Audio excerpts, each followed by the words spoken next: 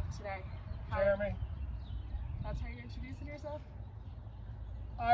My social media channels are Dirty Punk Gardening on pretty much all major social media channels. I do, obviously, gardening content.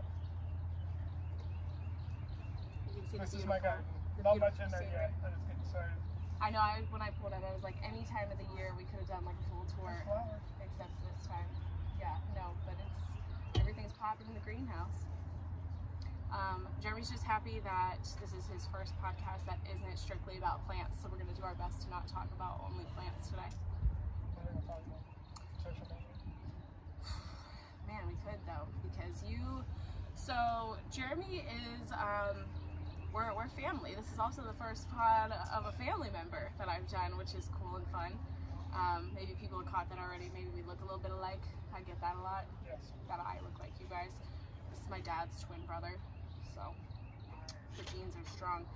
But what was it, like mid-pandemic? You just were like, I'm gonna garden my life away and do it on the internet, and it blew up.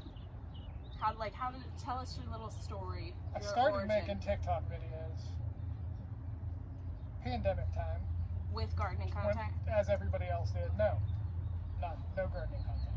What was it first? Just random. A lot of beer chugging. Okay, now I remember. And just random stuff. And I didn't start doing the gardening content till that's the spring after, the winter of 2020. And then the spring after is when I started building this garden, because we moved into this house and I cleared this lot out. So I made my first gardening video. And after I made a few, one really kind of took off and I got a lot of followers from it. So I was still kind of bouncing around with my content, doing a few different things, but mostly gardening. And then I figured I was getting so many followers for the gardening content that I should probably just find the niche and dedicate myself to it, even though I didn't really want to, because I do a lot of other stuff. Yeah. But yeah, now I'm just strictly gardening. Yeah. Well, so less beer chugging. There's an occasional beer chug. Yeah. And I feel like once you, that's how it goes. You know, once that thing catches, you kind of have to ride it out, even if it's just for a little bit. Because once that really, you've already passed 100K. Once that gets even higher, you can start to incorporate more things that you do on the And side. you can have a you're separate still channel. doing things. You can have a separate channel to do if you got a lot of other stuff you're doing. I do have another TikTok, which I don't use because I'm so busy with the gardening stuff. But are you loving it? Are you having fun doing it?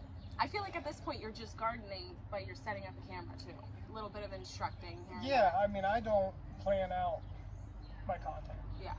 It's just everything I do happens organic. Which half of the content creators who just heard that are shocked and stuff. Yeah, I don't plan everything. It's just that day, if I'm doing something that I feel like could be beneficial to somebody, I'll make a video, which kind of draws my day out a little bit, because setting up the camera and narrating everything I'm doing can take a 1 hour task to a 2 hour task, and then there's editing and all that other stuff. But I enjoy it. Yeah. I mean, like I just said, most social media people or content creators in general are typically having to put a lot of thought and a lot of prep work and planning ahead of time and scheduling posts out, and yeah, so just to I have no lack of content. Except, I'm in my seasonal, obviously. Yeah. So once this garden comes out, there's not a whole lot for me to do. I mean, there's some stuff that I can do throughout the winter, but my content slows down dramatically in the winter. But once I get to, February, I'm starting seeds and stuff, so it picks back up. So it's not a big break, but that's kind of a time where, but people expect that, so don't lose people because of that. It's off season. As a social media guy now, because I feel like you're a content creator. But you do a lot of other things. We'll get into that. But do you feel like you're on social media less now that you make content? Like consuming it? Yeah. Yes. Yeah. I don't have time to. Yeah. Because I do all my own editing, everything. It's just a one-man show. So by the time I get everything edited, get it uploaded to all the different apps and everything, and then after that, so when you have, over 100,000 followers on a app or whatever, you start to get a lot of comments. You get a lot of, you and You're responding. I am very responsive. Like, Yeah. I respond to all my well, I try to respond to all my messages and all my comments. Sometimes, like, I have to, like, after a day or so, Well, that brings me. it drops to likes, and then I gotta kind of, like, it's hard to keep up sometimes. Do you think you're gonna bring anybody else in to help with that, or you're just gonna? What are you gonna do as you continue to grow in those responses? Like, you need to be doing all the things at once. Even an editor, like, something to take some of the like. I feel like that was when I was like wanting to go all in on my own, like, social media management and business. I was like, okay, there's too many tasks here for one person. So now I'm just doing like the posting or just the strategy or like just one part of it, because as you're gonna, it's exhausting. Well, I feel like my content is so niche that if I had somebody editing for me, they would have to have knowledge of what I'm doing. Our family's control freaks. Yeah, so It's hard to give up control of your content. Like, I need to, like, I can't. Like, if I had somebody do it and they would send it back to me, I would be. So you can't even do that. You No. have, at some point, you have to give up control of something. I wouldn't be able to do it. Are you still doing like one post at a time? Like, Yeah, as opposed to like scheduling. yeah. No, I don't schedule because basically I recorded 2 today, so I did 1 this morning, and I posted that already, and then I did another one later in the day. So tonight I'll edit that and post that. Yeah, see, that is what makes like the responsibility feel like it's 10 times even more. Like, for example, I have a client, it's a roofing company. All I do is posting. The content is provided to me, so all I do is post. So I have a month in advance done. So I take 1 or 2 days, schedule, caption, everything, and my work for the month is pretty much done. Besides engagement, getting on, responding to comments, things like that. But it would just, even if you did a week at a time, which I know it's hard when you're like I said, doing a lot of other things that we'll get into. Well, but and again, with the niche, for me, a lot of it is like when I post, I need to be responsive, because when I post something, I'll be giving people the information, and then they may have some questions that I didn't touch on. So, if I'm getting a lot of questions about something specific, then my next video will be addressing that. So if I was just scheduling, it would be kind of, and then if I decided to address it, that would be out of order. So people would get confused, and then I have to. So. Yeah, and I hate to word it like this, but you kind of have to like care a little bit less too. Like, you know what I mean? Like, there's so many content creators who are just like, who won't even respond. Well, so that when people see that you respond, they're like, oh wow, you actually talk to people. That's why like a lot of people are like, well, I'm not getting any engagement on my videos because they're not building. Well, and I'll look at their post, and I'll look at the comments, and they'll have 5 comments, but they wouldn't have responded to it. Yeah. Like, well, obviously you're not responding to these comments. These people don't think that you even care. Right. That they're viewing your content, and responding to the comments pushes the video. Right. The more engagement there is, the more they're going to push the video out. So if you're not doing that, then you obviously just don't care enough. Like, people want to follow people who they know care that they are, bothering to comment and watch. Yeah, and a lot of it comes to that community too, because once you have those people, I'm sure you've noticed your regulars, your people, you see the name and you're like, she's watching all my videos. Of course, I'm gonna keep it's almost like a little friendship you build with these people all over the place. So you do have to like care in that sense. But man, when it comes to things being out of order, just let it happen. Like, at least you're getting to it, just to take, because I feel that that's when some people get that like exhaustion of like, I don't even want to maintain this anymore. It's not as fun as it was because it's just too much work. But Balance. I mean, that's easy for people who kind of post content with no value, that is just kind of like mindless entertainment. Like little skits and things. And like nobody cares. Like, I don't know. You're not like the way that you're educating versus some people are just like entertaining off something. And another thing that people like about it is that it's very organic. Because I might not seem like, a lot of people tell me to smile all the time, and like, why are you saying? Like, I may not seem like the friendliest, happiest person, but you can tell that I'm actually. It's natural. I didn't just set this scene up. Like, Yeah. I'm out here working. Like, I'm hot, I'm miserable, and like I'm just smiling. And I'm right to the point, and I'm giving you the information, and that's what people like. Some people want to see the fancy, curated, like cottage core, fake, homesteader, gardener lifestyle, and they want that fantasy.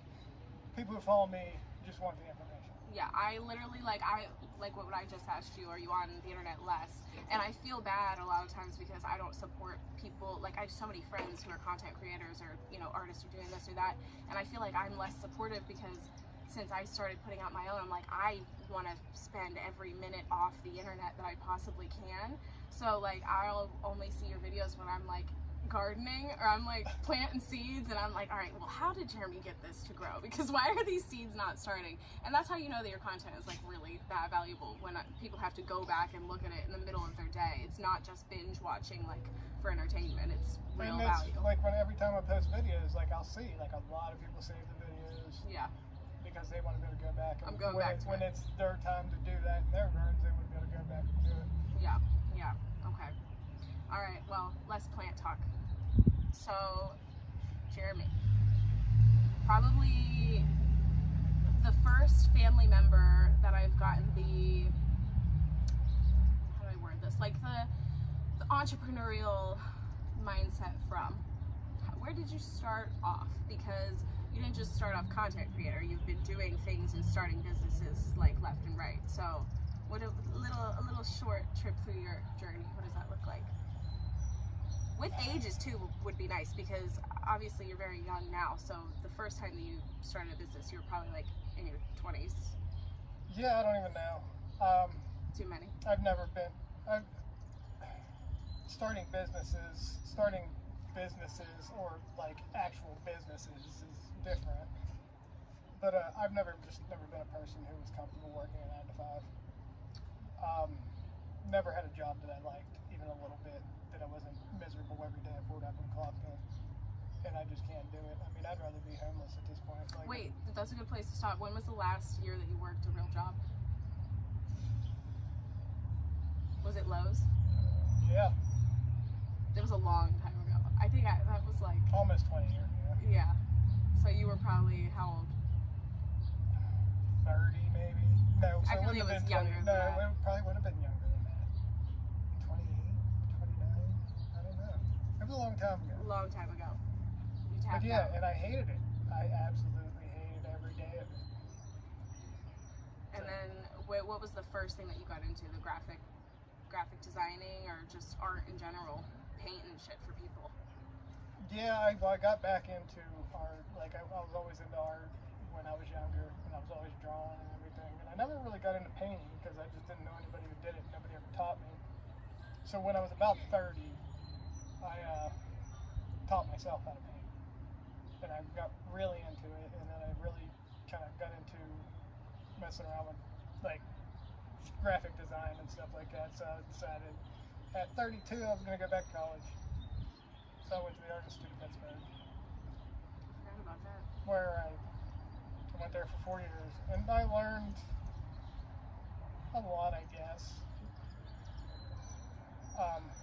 We're not school people. It was awful. I mean, I hated it. I had to drive to Pittsburgh every day, and I'm going to school with a bunch of teenagers, and I'm 32. Luckily, I looked very young when I was 32, and a lot of them thought that I was their age, so, which was kind of weird because girls were slipping me their phone numbers and stuff, and I would come home and tell Lish, and we'd be like, what is going on? I forgot you did. I remember all that. I think we were living together at that time when you were going there, or it was like right after. Yeah, for a long time I was in a frat house of my dad and Jeremy, so that was... But yeah, I actually started the screen print shop while I was going to school because I was getting into graphic design, and I was like, that's when I really started doing like the t-shirts and stuff. It was... You were online before that for a while. Yeah, I mean, just doing random stuff, trying to figure stuff out. Yeah. Well, and it took me a while. So then I started the screen print shop. I also had like an art gallery in there, and I've been trying to Ohio, and I'm like, I can make this work, and I mean, it doesn't make sense now, but I gave it a shot. Yeah. So I tried a lot of stuff, and yeah, I mean, I'm not one of the people who like try to tough it out and fail. Or like, just give up entirely. I mean, just cut that out, go in another direction. Yeah. That's what we've been doing, so now we got the shop that we've had for 12 years. Yeah, which is thriving. My wife Lish works with me now. She does embroidery, I do screen printing and design. And one day hopefully I would love to be able to do this, not just content creating, but actually turning this into more of a business. Yeah. With the gardening and everything, I have a small farm. I'm going to, expand the whole yard and do a little flower farm and all that stuff. So. Are you trying to like get into stores or just kind of be independent with it? More like just kind of have a permanent like farmer's market to start. Well, I do I got a greenhouse full of plants here. I sell all these. Yeah. I have a basement full of plants too over at my shop. So I do my big plant sale. Plants everywhere. And then after I sell the plants, I sell produce. And then this year I'm going to be selling cut flowers and flower. I got into flower arranging last year because I did cut flowers for the first time. And it was pretty cool. Yeah. I have this new love for arranging flowers, which is weird, but I know, I saw your little bouquets. and a lot of people I'm watching my social media really enjoyed it. A lot of them are getting into flowers this year. I mean, it's fun. Yeah. I enjoy it, and I mean, people pay a lot of money for a nice bouquet of flowers. So. Yeah, I didn't realize how big it was until I noticed that there was like full-on flower farmers. Oh yeah. And yeah. I'm like, well, some of my they have to come from social somewhere. media friends have flower farms. One of them. You did one in the pod with one of them, didn't you? Well, that. I think that's how I found one of them. She does a lot of flowers, but there's a lady in California, and her account's called Rally's Blooms, and her whole front yard and whole backyard of her just like suburban home is a legit flower farm. Yeah, that's. But Totally yeah, beautiful. I'll make flower arrangements in the summer. I'll make 4 or 5 of them and post them on Facebook or something. Like $15, come get them, and they're gone in 20 minutes. Yeah, put the florist out of business. No, but it's fun, and it's like, I feel like it's just, with me, like, I didn't think I was gonna get really into gardening. Like, I never saw that as a future for myself, and then I started doing it, and it's just about, like our pioneer human roots of just like doing something, you know what I mean? Like, I'm vegetarian. I feel like if you're gonna eat meat, you should have to go kill the animal yourself. I'm like, I want to grow my own vegetables. I want to do this stuff myself, and it's more rewarding. It's like, it's a task that you can focus on that doesn't like stress you out. It's a task that you complete, and then you have a plant. And like, as it much feels work good. as it is, like, it's my life. Like, I don't have a social life. Like, I can't go on vacation. You can't leave town. I can't do I can't do anything. Like, I have to be here to maintain this. Yeah. And that doesn't bother me. Yeah. Like, some people just love it and were like made for it. And some people don't realize they were until they start doing it. Yeah. Like, some people just start growing something and then it just blows up like this. And it becomes kind of like your lifestyle. I have my 2-year-old son who already loves watering plants with me. Kids love it. Yeah, it's such a good thing to teach him so young, and I'm like, wow, I'm doing something good here. Like, he's gonna know a skill that a lot of people don't know, older than us, like, and it's just crazy. I feel like it's something you should know how to do, because you never know what's gonna happen in this world. I need to know how to grow my own food. But yeah, I mean, and it's really cool to see, like, because when I started doing it, like, when I first started gardening, I shortly after got into like canning and making pickles and stuff like that. You got me canning salsa. I'm like, nobody was doing that. I was in my early 30s canning, spending my weekends canning. Yeah. And people just made fun of me. Like, nobody thought it was cool. But I think it comes from a place of like, people are like, damn, I can't do that. But like, no, it was like legitimately people thought it was lame. But that's what you think. I probably made fun of you, and in my head I was like, I wish I knew how to can things. But like, everybody would like, oh, my grandma's got canners and jars and stuff in her basement. You're gonna have them all for free. People would just leave them on my porch and stuff. Now you can't can't find them. If you go to a yard sale, you find a canner. It's like $30. It got very hype. Like garden. Everything is expensive now. You can't find this free stuff. You can't find cheap stuff anymore. Yeah. Like, I would post on Instagram of me canning stuff, and if I got 2 likes, now it's like, I make pickles and it's got millions of views. It's crazy because nobody cared before. Now, like, Gen Z and Gen X are basically, because they're so broke and they have no hope for the future. We're just trying to do everything They're ourselves. just like, it's like there's a whole revival of like the homesteading and gardening and canning and all that stuff. It's expensive and out it's here. Really cool to see. Yeah. And if it wasn't for that, like, I wouldn't be doing what I'm doing on social media now. And it happened because of COVID. People were just like Yeah. kind of fed up, and they don't want to be like just consumers. Yeah. And it adds more value to your life when you're actually like growing your own food. I mean, it's very rewarding. You feel very Yeah, productive. you feel very proud of what you're doing. Yeah. Yeah, I love like looking at my plants. I don't know. It's like more children. I just feel, you know, like And I grew this. If I do have free time, what I'm doing with my free time is this. I'm sitting out here with Maeve, drinking beers in the garden. Yeah, and it's you know, I like. It's funny that you said about. I even said there might be a guest appearance. She just wants a kiss. Like It's Maeve, my dog. I see memes all the time, and it's people. I hope you could hear him like snout. I see memes all the time, and it's people like my age, and they're like, I understand why my grandma was sitting on the porch all the time.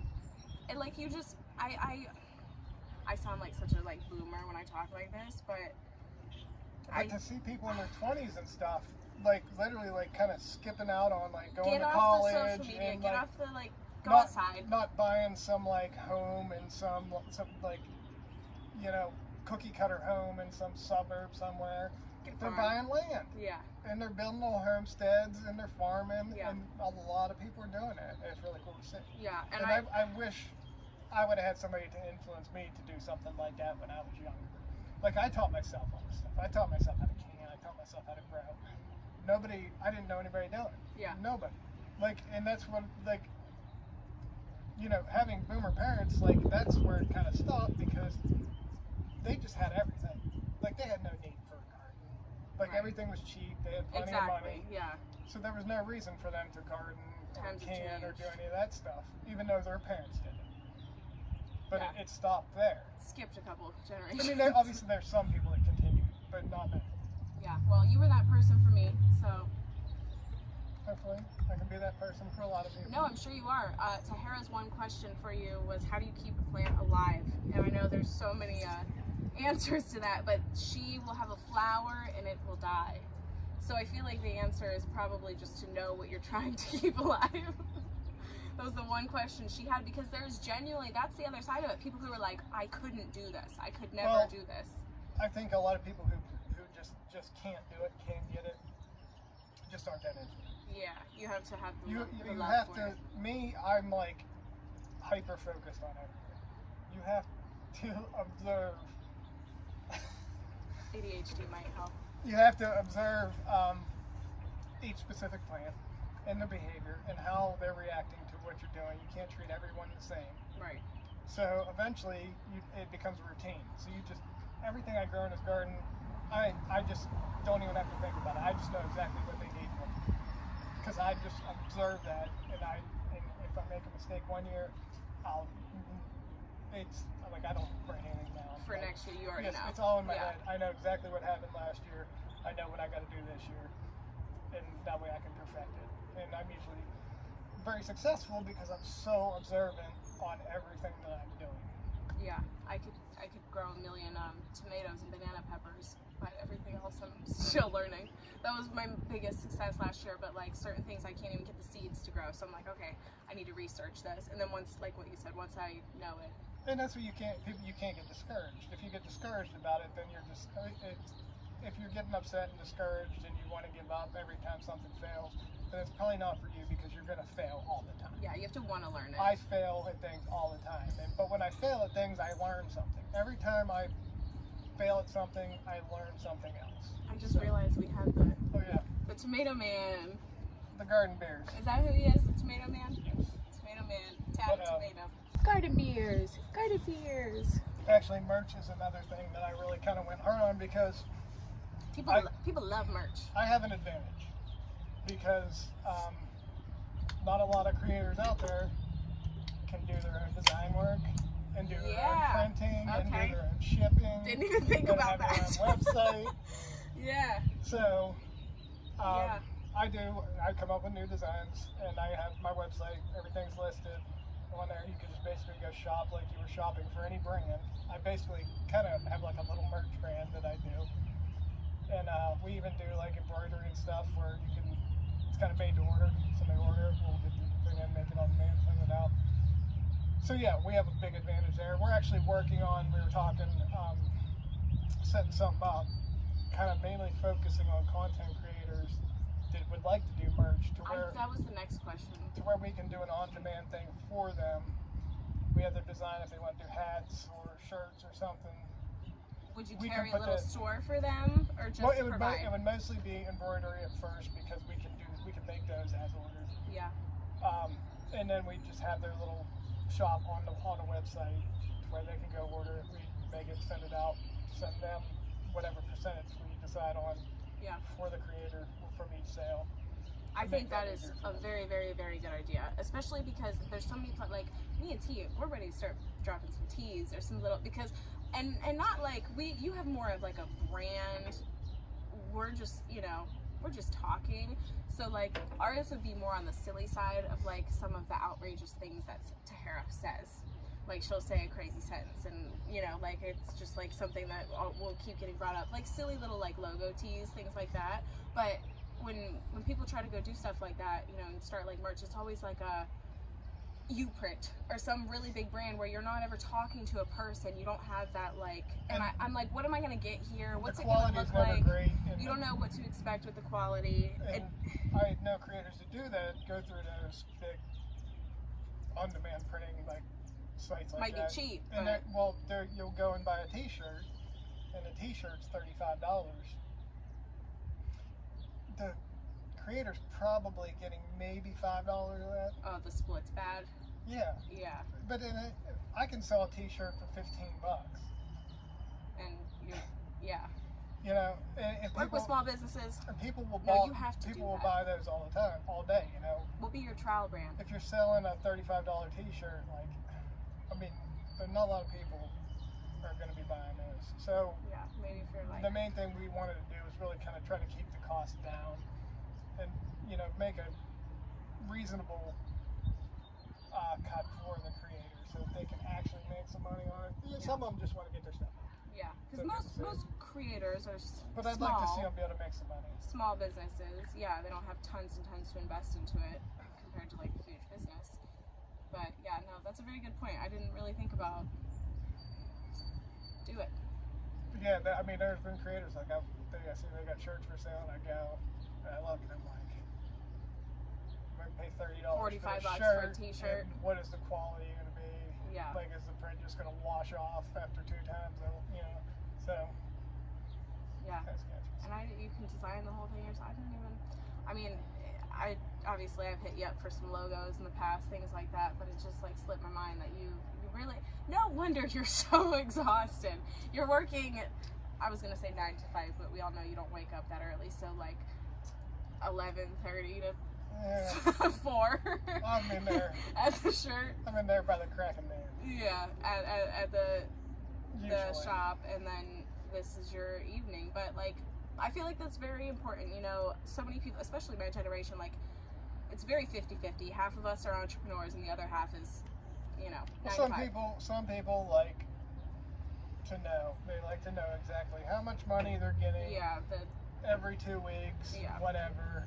They can I live plan on the everything edge. out. Their bills are all paid. They know exactly where Yeah. they can budget everything. It's safe. Me, I'm just like, my bank account's all over the place. Yeah, It could vary by thousands of dollars one day. it might be broke one day, might So- be loaded the next. Yeah, So, you just never know, and a lot of people just can't handle that unpredictability. well, and that's what I was gonna say. Like, that's what comes with. And I take a lot of risks. And a lot of people, Yeah, you have a lot to. of people don't. I do a lot of people are probably like, "What are you doing?" We'll just wait and see. I don't know yet. Yeah. We're figuring it out. All the people my age who are like really wanting to start their own business, because it's happening, like I said, it's like 50-50, but a lot of these people don't realize until they're like 6 months to a year in, they're like, wow, first off, I'm spending more money than I'm making for years, the first few years.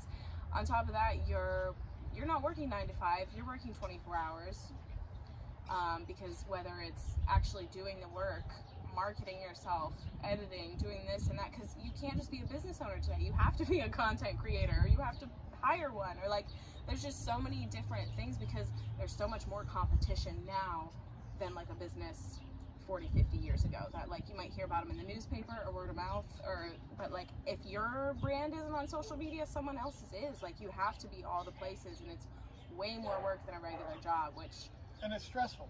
Yeah, Because there's days where I'm like, should I just get a job? If you're working a 9 to 5, you go home and you forget about it. Yeah.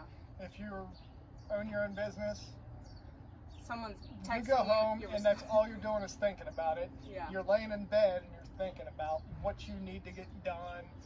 Is this person unhappy with whatever you've done? You know, like, and it's just nonstop. You're just constantly thinking about it, and it's extremely stressful. The overthinker in us, I have to ask you this. I try to not get too deep on here because I tend to do that a lot in my normal life. But do you, as a content creator specifically, do you like think about the content? Like, you're like, should I have said that?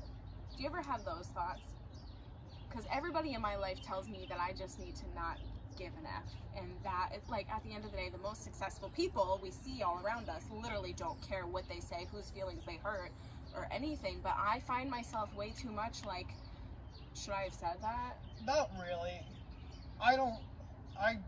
Haters gonna hate. I got out of my way to kind of avoid being controversial. Yeah. Like sometimes, like I don't care because like sometimes shit is just stupid. If it's something, yeah. And it's like, stop being fucking stupid. Right. Like, yeah, like you shouldn't care and, that. If you actually understood where I was coming from, it wouldn't have bothered you. Like, and I feel like that's what it comes down to. Like, the people who know me know that I'm always seeing both sides of things. So maybe that's why I get so bold and say the things, because I'm like, I understand the other side too. But like when I first started, like I've changed my content up a bit. When I first started, like I didn't care what I said. Yeah. It was just F-bombs every other word. People were calling you out a little bit, huh? And it was. They were probably trying to show their kids. Well, it was me being me. Yeah. You know, and I'm but my content, that's not necessarily the way to put it, because my content now is still me being me. It's just me not being quite as crass unfiltered as I am in real life. Yeah. Because, you know, I had when I was just on TikTok, it was different. That was fine. TikTok's a different world. Yeah. When you get into Facebook, like as soon as you start, you learn real quick. This is a completely different audience. And people were like, they're unfiltered. If they have an opinion, they're very quick. People were like, you know, they were like, I love your content, but like, I can't really handle all the cussing and everything. And at first I was like, well, it is what it is. Like, that's me. But then I found out, like, a lot of kids are watching this. Mm-hmm. Like, and I'm talking like little kids. Yeah, well, and I know my little nieces and nephews are watching yeah. stuff. And there are people who, like, I do these little projects, like if I make a greenhouse out of a water jug, people want to like share this with their kids. Yeah. And they want to maybe do this project. Maybe a class at school would want to. Yeah, they're less likely to share. And I'm on there cussing and stuff. So, and when I see like little kids like will come in and like into the shop and be like, their parents will be like, they watch all your videos. And you're like, what have I just done? and I'm like, and then I know personally, because I've had like my nieces and nephews come here and how much fun they have just like helping me in the garden and stuff like that.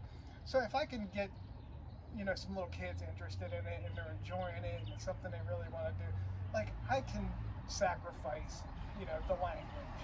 Yeah. To be able to allow people, you know, everybody to enjoy it. And, yeah, you know, some people are like, well, it's not very punk rock. But like, you know what? Come hang out in the garden. You know, it's different, and that's when you have to really like decide. You know, but, like, the niching. People think that I do it because like I'm worried about like brand deals and stuff like that. And that's not it. It's really just you want to be for everyone. It's the kids really. Yeah. Like, because knowing that like kids watch it and kids enjoy it, like I can tone that down. We're not the assholes people think. Yeah, and it doesn't bother me to not like be cussing all the time. Like, it's not a big deal. Yeah, and that's what people are like. It's just so hard to not. And I was just like, no, but that's how you know the content's very organic. And it's straight off the head half the time. At first, it was very difficult for me not to do it because I kept doing it, and then I would post a video, and Lish was like, "Well, you're cussing," and Lish said you weren't going to, and I was like, "I'm trying." Yeah. But now it's like natural. Like I know, like, it's like in my head not to do that. When your audience gets that big, and you have to, you know, you have to kind of filter yourself when you start realizing. But a lot of people don't, which is fine. I just, you know, decision that I made. Your target audience is very important, and that's. And it's not even about reaching like, you know, it's just there are people that want to watch it. I want them to be able to watch it. Yeah. You know, I don't want people to have like I said, if somebody's showing it to the kid, I don't want to have to Teach worry the classroom how to garden. about me saying something crazy. Yeah. Yeah. No. So, you know, maybe I'm not as cool as I was. Whatever. Casting doesn't make you cool, kids. The kids are gonna see this. Yeah. No, but it's yeah. Trying to. That's what, you know, when we do with the music people, I'm like, it's such a big thing with trying to maintain that like authenticity, and then also, you know, like your audience, being yourself, and then having your audience. You have to find that like balance. And but I also try not to be controversial, because for me, like when I'm like, when it comes to like politics and all that shit, when I'm out here and I'm doing this, like this is how I get away from it. yeah, there's And no that's time for what that. I like.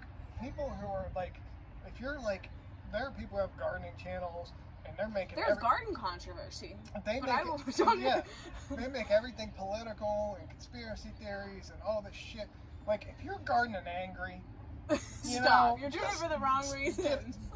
and not like We're it here should for be. peace. It should be good for your mental health. Yeah. Like if you're making it something Get that away. just makes you angry, just quit. Yeah. No, that's where I. So yeah, We're like the two of the most controversial people in the family sitting here saying we're not controversial, but I think we've learned our lesson, because after like half the family deletes you off Facebook and people stop bringing up certain topics around you, I pick and choose my battles. But like what I do is something that everybody should be able to like kind of drop. This is the common Drop ground. their, you know, whatever you're angry about. You know, just we can all kind of agree on this. Yeah, who cares And who we you can want all to be enjoy president? this. What's your favorite plant to grow? Yeah, like there's no reason to involve politics or anything. Yeah, no, but I can't, I'm just like thinking if I even said something, like the comments that I get sometimes now, and that would be a nightmare. I would be up all night thinking about how bad these people hate Well, me. yeah, and if I said something political, it would be a shit You'd show. lose half the following probably, because the world is And so it would divided, be, it it's would, not even I mean, about it what would you be, think. it would just be people fighting in the comments. It Yeah. would be, and that's, I do not want No, that. this I is do a safe not want space. that. Like, yeah, gardening makes me happy. Gardening is something I enjoy.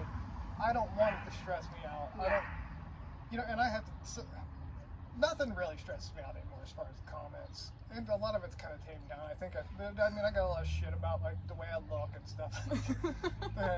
Like Your ponytail? yeah, a lot of dudes like don't like my appearance, whatever. Like, don't watch it then.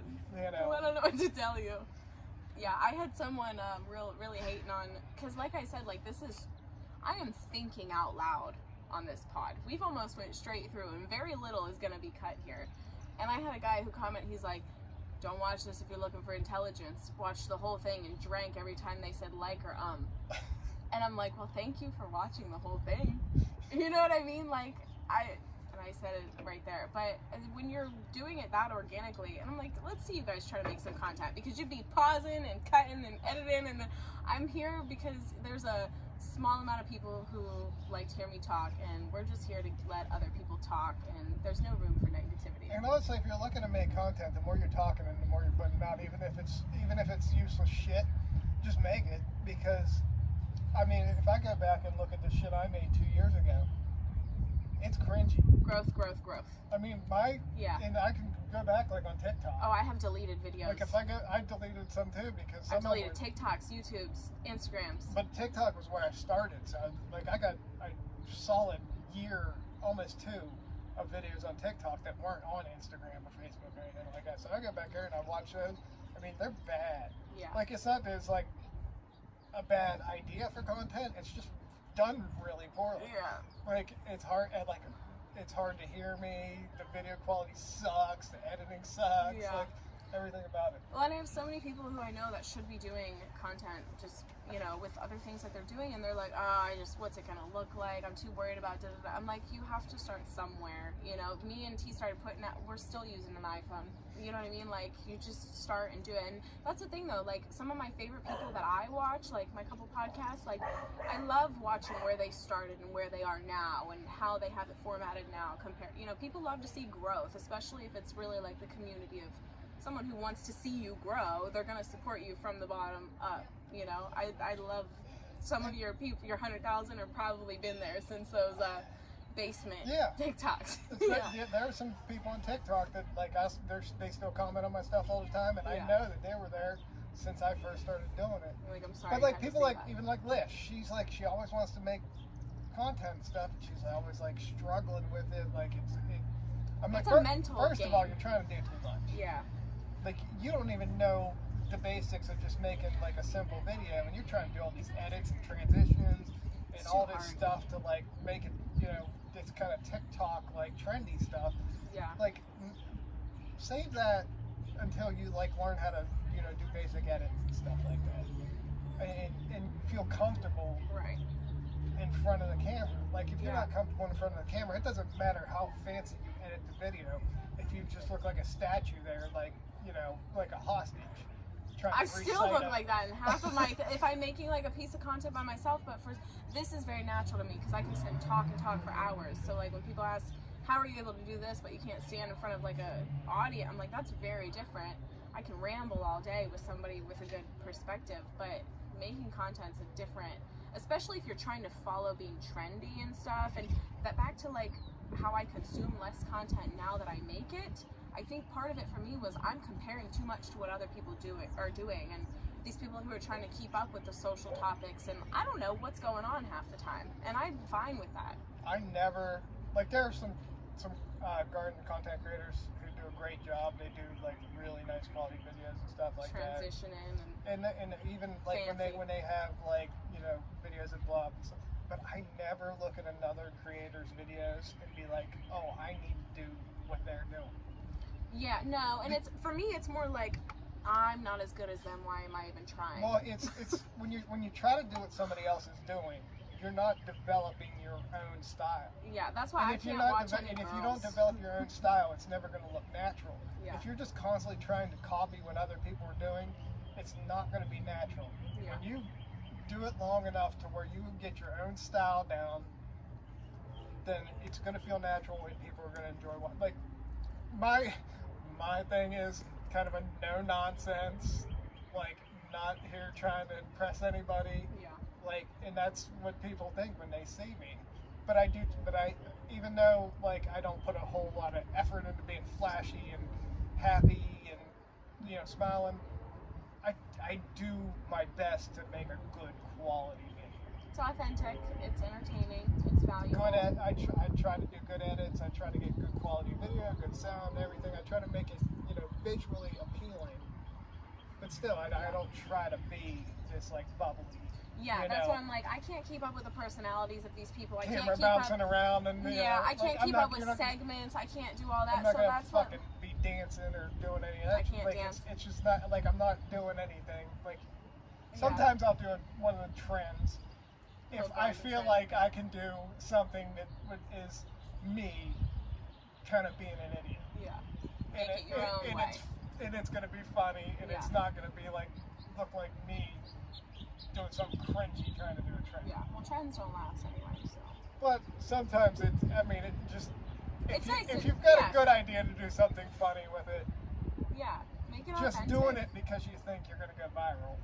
Yeah, don't. Because everybody else is doing it, you're probably just going to make yourself look weird. People are going to laugh at you.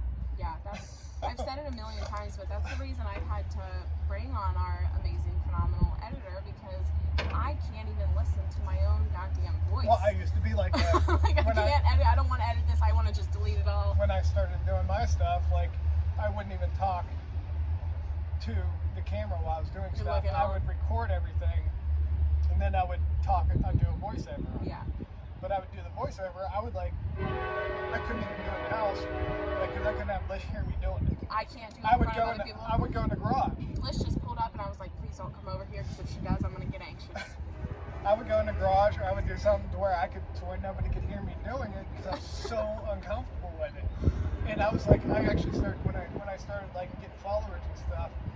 I talked to Lish. I was like, do you think maybe I can do this stuff, and then you could be like the voice, like you could talk while I do it, because I was so uncomfortable doing it. Now I don't even think about it. I don't even think about it. Like I'll set it up, and I'll just start talking. I don't write down what I'm gonna say. Like I have no script, nothing. I just, as I'm doing something, if I start doing something like, okay, this could be a good video. You know, people might, need this information. Find this valuable. I'll just record a big video. That's what I do. Yeah.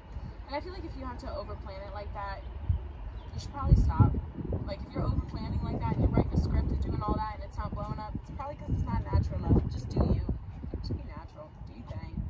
Yeah, I mean, if you've got nothing to make content of, it is also it's just a trendy thing right now to be a content creator, but like it's not for every, like I don't even want to be a content unless you enjoy it. I mean, if you just enjoy it, you don't give a shit how many people see it. Yeah, like but we've had this conversation before, because how you said like you felt like you kind of had to go into the gardening because it was getting big. People were ready to see it. You had information to give. Like everybody wants me to be the makeup person, and I'm just not the makeup person. But I knew if I did it, it would get big. But I'm like, I don't have it in me. I don't have the passion for it that I do to just sit here and talk to people. I prefer this. I don't care if I'm a big name that people know. I'm happy to just give other people a place to sit and talk, and that's enough for me. But I am glad I did go like fully into the gardening thing, because like people wouldn't have gardens without you. First of all, like it's something I like to talk about, and it's something I'm proud of, and to have all these people that I can share it with who actually appreciate it. Like I don't know anybody really Doing it. who appreciates that I can talk about it with, and the internet, 100,000 people on the internet do. And like I can share this with people, and they appreciate it, and that feels good to be able to do that. So like I'm glad I was able to do that. Yeah, having a space to express. So even if like there was no monetary value to it or anything like that, I would still be doing it just because I enjoy it. I feel like it's a community that I'm involved in, even with the other creators and the people who follow me and stuff like that. So it's just kind of like a nice community, and then, like I said, there's not controversy in there. There's no stress. Nobody's fighting.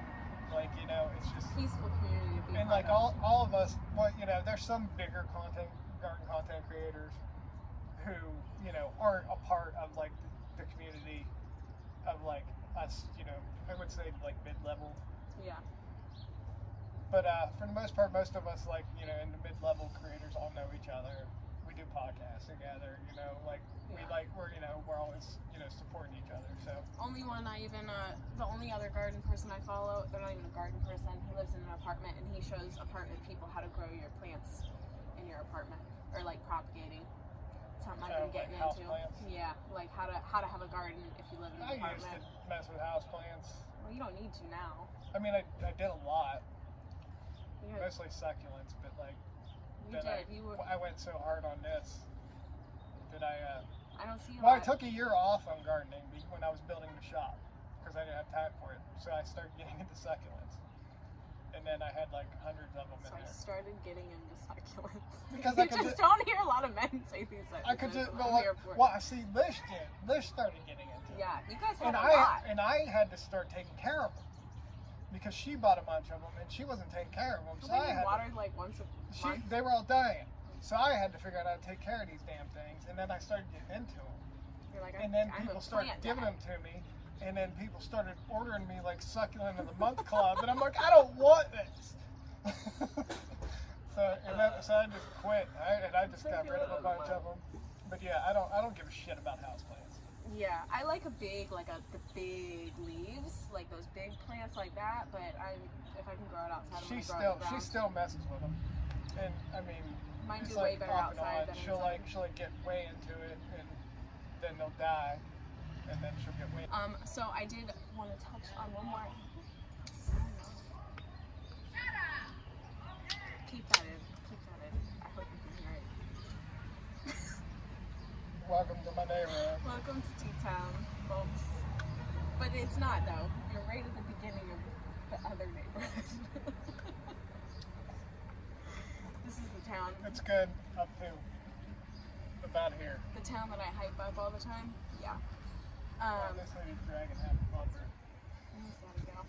So, at least one more thing I want to touch on, the property and stuff. You guys, obviously my T is a realtor. I met T in real estate. Property is important. We're in a really rough time for buying property, but what do you got going on right now? So, I would probably first off say that yes, I do own a little property. I'm not, well, I do rent one, but I'm not a landlord. It's a family. I am not a flipper. He's not an investment guy. I am not a predatory home buyer. He's just stacking up properties. Basically, I own this property, the house, and I own the house next door. We lived in the house next door. Perfect setup if you were a landlord. Which we owned. And then the one next door to it was available. Had some land, had 3 rental garages on it. So we bought that. Basically bought them because if we didn't buy them, a slumlord would buy them. So, and that was a big problem in this neighborhood. So leaving properties open too long, they get too cheap, slumlords buy them. Yeah, I rented right down this beautiful neighborhood here. I lived in these.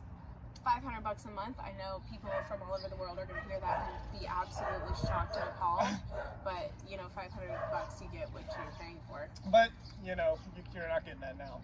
Even a few years ago when you were living down there. Yeah, that was like 5-6 years ago. You'd probably be $700 a month down there now. Which is still, where I live, you can't find anything less than $1,400 that doesn't have like rats. Yeah. But or at least 2 bedrooms. 13, so yeah, the houses, and then we bought our shop, which is a 100-plus-year-old building. There's no record for how old it really is. So we've renovated the bottom floor of that into our screen printing embroidery shop. It's got a top floor, which is a big 3-bedroom apartment, actually. Which is awesome. I love the concept of that. We're gonna renovate that at some point, and that actually came with a little house in the back, which we're probably going to Airbnb the apartment and the house in the back at some point, unless we just, it's all kind of winging it. If another idea pops up, then I think Airbnb is such a good idea, especially like the creatives that you guys are. You'll be able to make it so cute, and like I really want Airbnbs just to when you're like looking for an Airbnb, there's a bunch of basic houses, and then there's somebody who's like got murals on the walls and like so many photo ops, and you could definitely do something like that. This is a town where it's a small town, so a lot of people move out. They go to college, they move out, but they all come back for every holiday and everything. And by the time they have, they're married and they have kids, they come back to visit their parents, they stay for a week or so. It's not just them coming by themselves anymore, they're coming with a family. So they're not going to go stay in their old bedroom. Yeah. Well, and I feel where this is at. The only place they're getting hotels over, in Steubenville or something. Very expensive. Yeah, and so I think it would be a nice option for people to be able to come and just rent a little house. Also, people traveling. This is a midway point. We Pittsburgh is there. Very close. So people are like, if you don't want to stay in Pittsburgh, there's this tiny little town in also, Ohio. there's a brewery. Yeah, there's right across the street from our shop. So if somebody gets way too drunk, we can charge a nice little fee. Come stay next door. Stay the night, be out in the morning. Last minute, yep. Yeah, no, I love the concept of Airbnbs, and owning property is just very smart, and that's what I wanted to get to here because, especially right now, for example, Grandma, your mother's house, she bought it for $90,000. Yeah, it's crazy. 10, 12 years ago, and the houses in that neighborhood are going for $300,000, $350,000. And my best friend being a realtor, I'm hearing all these houses, your house would go for $400,000 in the right place in South Carolina. So it's just like, I feel that we were not taught enough to buy property, own land, like, and this is the corniest way to say it, but like, they're not making more of it. But like, what's there is there. And that's one of the things where people probably think we're crazy for buying this shit. But I mean, the house next door, I'm not gonna like rent that forever. Like, at some point, because I still got some work I'm gonna do to it. So eventually we'll sell it. You know, when it's paid off, it'll be ready to sell. And you know, obviously I'm gonna find the right person to buy it. Yeah. You know, I just don't want to be your neighbor. Sell it now. You know, if I sold it now, you know, it could be some slumlord buys it or something. I don't want somebody selling to investors. I don't want people like a new person in there every 6 months. Yeah. You know, because I'm living next door to them. So, but yeah, eventually I'll sell that, and you know that'll be a good. You know, in a few years, shit, who knows what the property values are going to be around here. Yeah. I can't wait to have little Airbnbs, and I hope when you do, you make it really cute and you paint murals inside it. But you know, that's another thing that I do all by myself. Well, do it for fun. See, I drink did some beer and but, paint a mural and enjoy it. You know, I don't hire people to do my renovations. Literally, oh my! How long did it take you guys to renovate the shop? Renovated the entire shop by myself, and it took me 2 years. But it's awesome. It's like brand new. We just won't ask for help ever. Like. So, it's I keep adding, blessing and a curse, because everything is the way you want it, exactly. Adding all these projects to everything else I have to do. So yeah, I have nonstop projects, and everybody's like, well, why aren't you going and doing this and doing that, whatever. Like, I don't have time. Yeah, so business owners, give up some control. Learn to delegate. But you know what? Nobody tells me what to do. Just delegate. Tell them what to do. Give a task, find the place, okay, where can I give up a little bit of this control? What isn't gonna keep me up at night if I'm not doing it myself? Well, see, that's why everybody's like, why haven't you ever hired anybody? Yeah, or even overlook it if you need to, you know, or don't. Like, but you because know what? for me, if I'm like, I don't if even I want hire to see somebody, I'm gonna be over their shoulder. So you can't. Well, you know what? Can't. I'm not putting Do out something else. shit products, and I'm not coming back and fixing. I feel like if I hired somebody, I would spend more time fixing the shit they fucked up. Well, and that's it would when, end up that's costing when the me money research in the long comes run. in. Because People who have worked with these people numerous times, I'm and very meticulous. reputable companies and great reviews, and they understand, because you have to find a company that has someone like you. They have the visionary, and then they have the work perfectionist laborer who's going to make sure everything's done right. But it's very hard to find, because anytime I hire somebody to do something for me, I am never happy with it. Yeah, it's hard to find, and I'm sure the options are limited here for things, but they do exist. Wherever you can give up the control, because the thing is, you know, I have a really good friend who is in the social media business as well. We work together with a lot of clients, and the one thing he says, he said one time that stuck with me, he was like, I heard a guy say, what you want to make happen in 5 years, figure out how to do it in 6 months. And it sounds very greedy, and I already know what you're like thinking. You want everything perfect, and it feels like it's not, the personal touch isn't there, but you know, shorten that. Not necessarily 5 years to 6 months. Like, what you want to do in a year, figure out how you can do it in 6 months. And the only way is to delegate. To me, that sounds like a hustler. That sounds like a flipper. That sounds like somebody who's just trying to get their money quick and not do things the right way. But there's the best. But he hired me to be his poster. You know, and we've known each other for years and years, and you have to like really find out who you're working with before you invest in them. But when you find the right person, now we're making this work that he can triple his amount of clients because he has me to help him. And he knows I put my 100 into everything. So as long as you find someone who puts 100 into everything. Let's say, it'd be like trying to find somebody to help me with social media. Who in this area knows more about it than I do? Well, do they have to be in the area? Yes. Why? I need somebody hands-on. None of your people watching you are in this area. Some are, yeah. Maybe 1%. I get recognized. Maybe 1%. her dad gets Because they're recognized. twins. People are like, you're the garden guy. And my dad's like, nope. Oh no, they were like, you're the pickle guy. The pickle guy. Snorkel man's dad. Snorkel man. No, there's a place. And for you, I feel like the best thing would be editing. Or even just posting. Edit it all yourself. Edit a week's worth of content. Send it off. Let someone do it. Let someone schedule a post. Can't happen. Fine, take forever. But I would love to be able to have somebody who was like interested in it and wanted to do it and wanted Like a mentorship. Like you or, you know, let's somebody do this who together. could like. I would love to have somebody I could partner up with that wanted to work on this together. Yeah.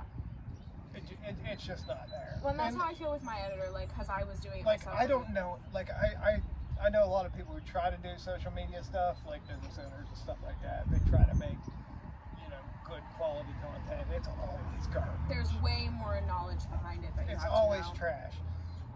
And I try to talk to people like I'll tell you how to do this stuff, and they're like, no. I'll just keep making this. Yeah, a lot of people I'll just keep want a making presence. this cringy stuff, and like, you know, whatever. It is what it is.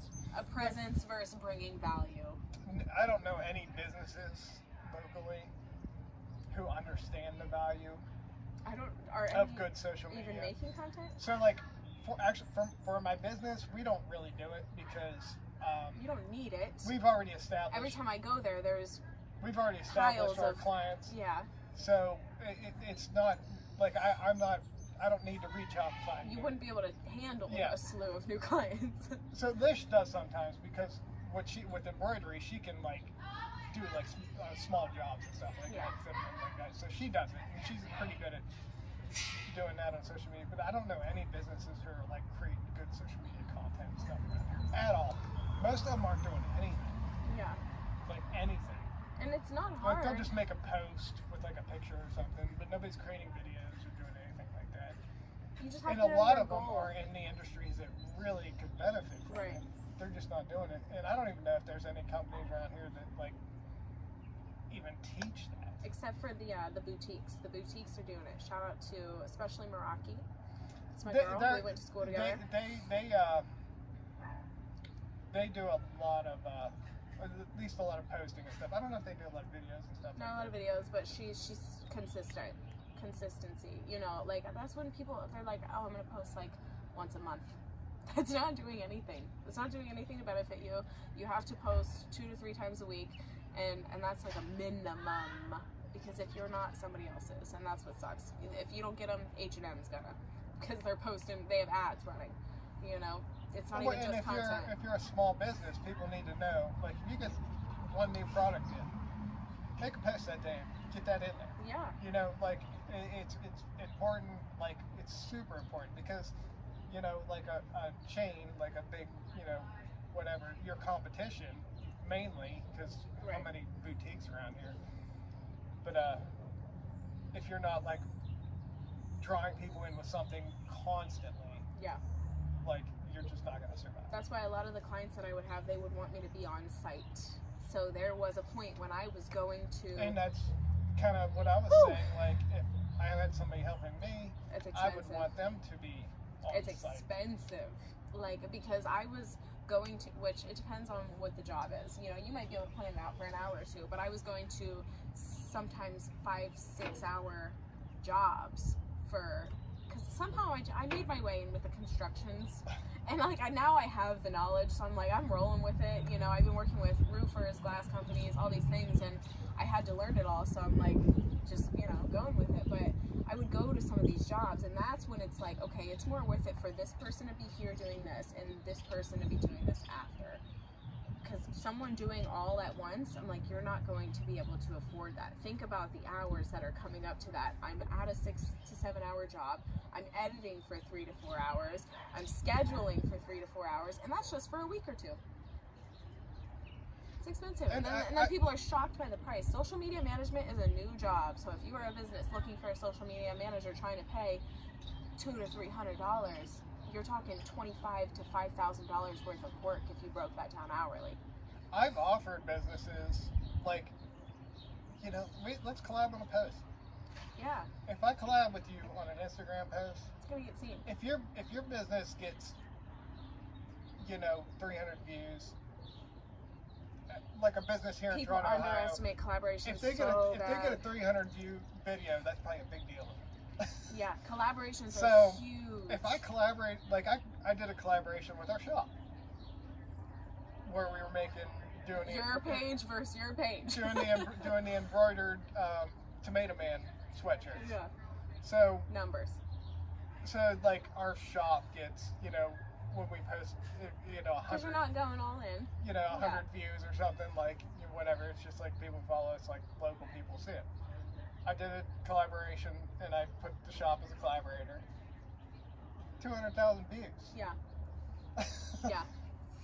Influencers, So, and collaborators. I've told people, like, I'll do a collaboration with you for your business if you want to, like, get out there. And they're like, no. Cause I mean, because I know, like, personally some business owners and stuff like that. Yeah. If people don't see the value in it, they're not gonna want to do it.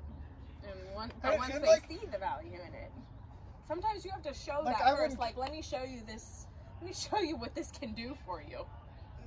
Like, I can go to a salon, like, dye and braid my hair. I'll collab with you, and you'll get 200,000 views on your video. Yeah, I've had people pay me in their products to, I mean, sponsorships is really what we're talking about. But I feel like when we're talking locally, like. But like, see, I don't like small businesses. I don't charge them for anything. Yeah. So I'll have small business. It's a trade. It's a barter. It's an exchange. Even like I'll have small businesses contact me. Like, I have this product, and we're trying to, get the word out. Whatever. I'll send you some stuff. Can you just like mention us in the video? I'm like, yeah.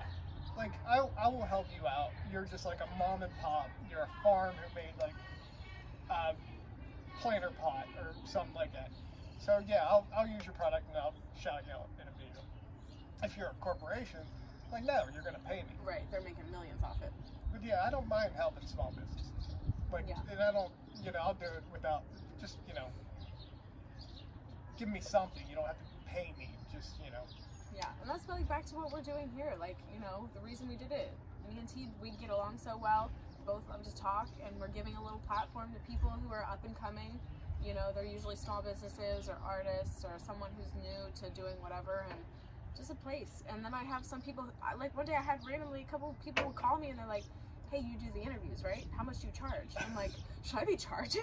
You know what I mean? Like, and then, the value that we're bringing to it, like giving people shorts and stuff. But I'm just like, that's not why I'm doing it. I just like doing it. And it looks like if you got like some, SoundCloud rapper who nobody knows who they are, and there's a clip of them on a podcast. Yeah.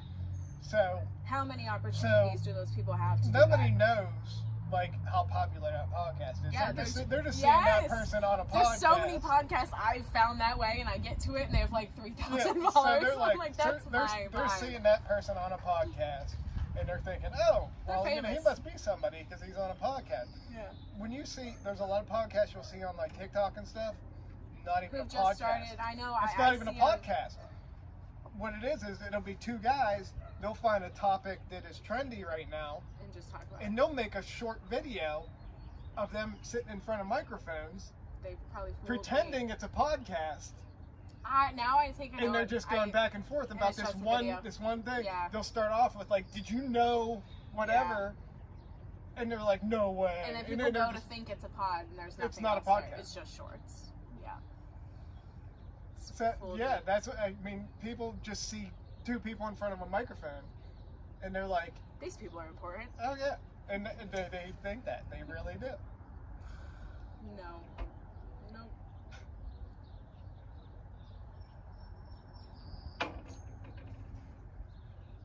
Garden beers.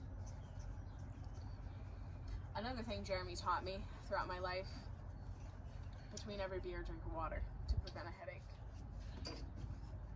Not a headache, a hangover. Hangover. Here I am with I only get headaches. So, I can drink 10 beers. Put them down. And not have a hangover.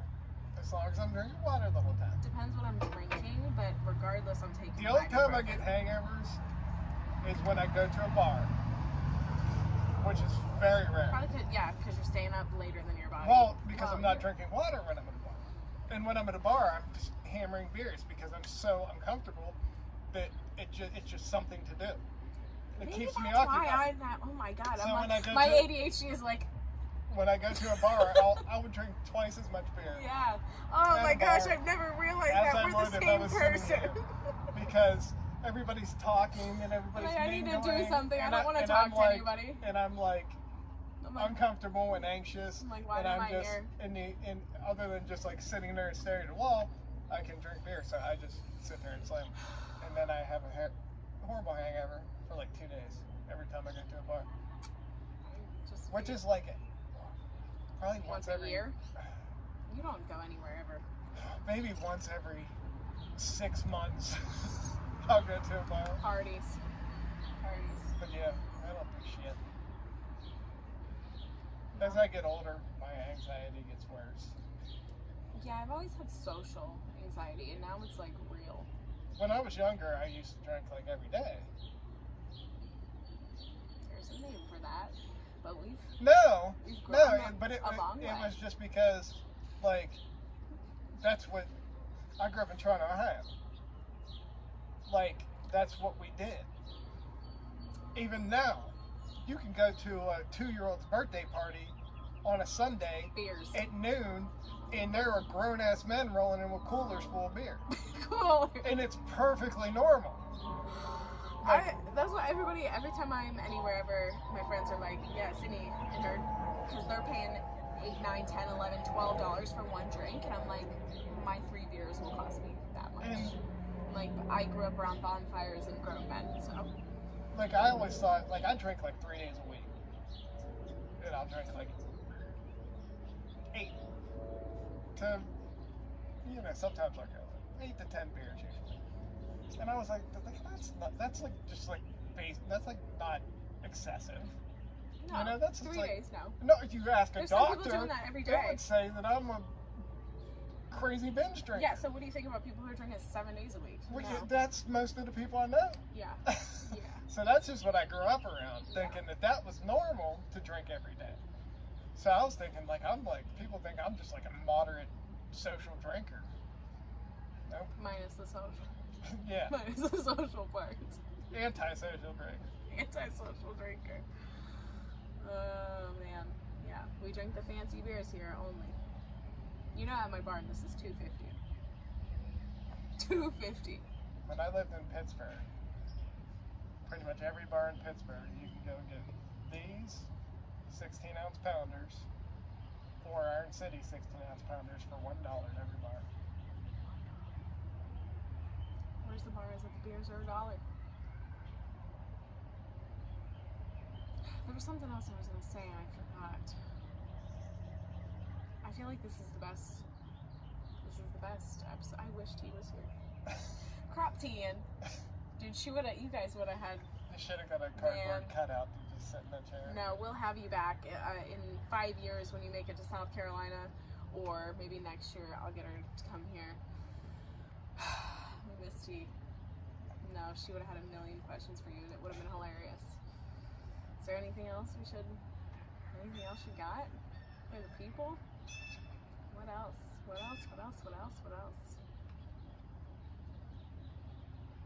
I just feel like we're the same person. I just feel like everything we said was we're not controversial enough. Maybe. Boop. Is this a wrap? I can't believe it's still going. Follow him. If you don't know how to garden, maybe this is your sign that you should learn how to garden. Clip this.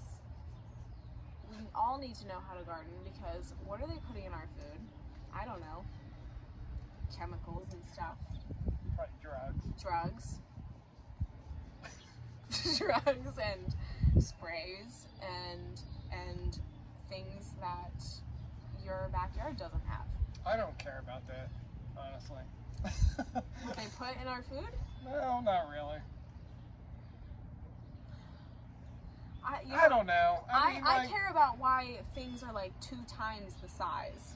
When I see like an extra large pepper, I'm like. What I care about is if I go to Walmart and buy a tomato, and chicken's got muscles. it doesn't taste like anything. Okay. I don't tomatoes eat tomatoes. More tomatoey. Throughout the whole entire winter, I don't eat tomatoes. I don't go to the store and buy tomatoes. I only eat tomatoes that come from my garden. So you don't even Because know what they taste like. if you've never had a homegrown heirloom tomato, It's different. and the thing, what really pisses me off is that I'll grow a tomato, and it's not a red, round, like perfect tomato. It's microplastics. It's like purple, or it's weird shaped. They don't want nothing to do with it. No, those are. And it is They have delicious. character. They have character. The most delicious tomato you ever eat in your life. People won't touch it because it doesn't look like what they're used to. I was gonna say the heirlooms are the ones that come in colors, right? You're getting them darker, the darker red. They may be a little What an purple. heirloom is it's an old variety. variety. It's not a hybrid or something that's been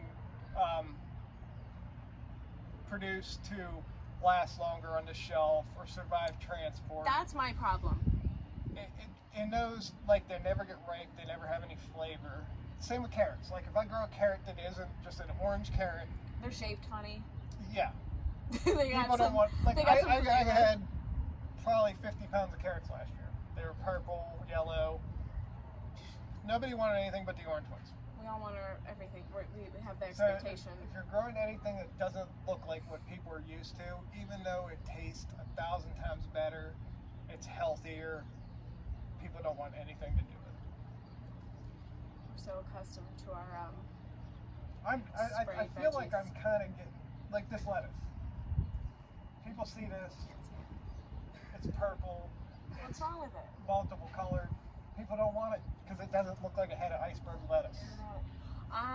That's where I'm a problem. I'm an iceberg girly. I You don't know what? even, Iceberg lettuce has zero nutritional value. none. I know. It's just, I don't even like. it's a glass of water. I don't even like romaine, but I like a crunch. This is delicious. It has so Is much it crunchy? flavor. Well, there are I would so put it on a varieties. Like, sandwich. you get, like a butter crunch lettuce is one of the most delicious lettuces you'll ever eat in your life. You're not going to find it in the store. Most people have never tried it. Butter crunch? Yes. Never heard of it. You're growing it out here? I do grow it. It's not one of these, but this is just what I I started. got in a fight on I Twitter one started time. this in the winter. I got a fight. I have a lettuce garden in the garage. I propagated an iceberg though because I love iceberg lettuce. But I also have a pot growing of like regular lettuce because I can mix it. I can mix, but I need a little crunch. I should just stop being a baby and throw some cucumbers in. I mean, what am I doing? You need to get yourself out of the habit of this is what I'm used to. Yeah. Comfort zone Like is a when I dangerous was a place to kid, be. when I was growing up, I didn't know anything but iceberg lettuce. I didn't know this existed. I didn't know there was such a thing as purple lettuce. Yeah, I'm like scared of it. I'm childish. I know. I need to venture out. You know, I grew. That's part of the reason. You know, I'm one of those people that, like, if I don't like something, I eat it for a while and make myself like it. Up until 2 years ago, I wouldn't even look at a bell pepper. And then I was like, I'm going to eat these. They're good for me. But when I'm selling, And when now I'm I love selling them. my produce, people come up and they want all the like. I grow some of the red brown tomatoes because that's what people like. I'm like, take this, try it. Just try it. They come back, Loved it. best tomato ever had in my life. See? Comfort zone is a dangerous place to be. Anything else you want to plug, and where can people find you? I am on pretty much all major social media platforms as Dirty Punk Gardening.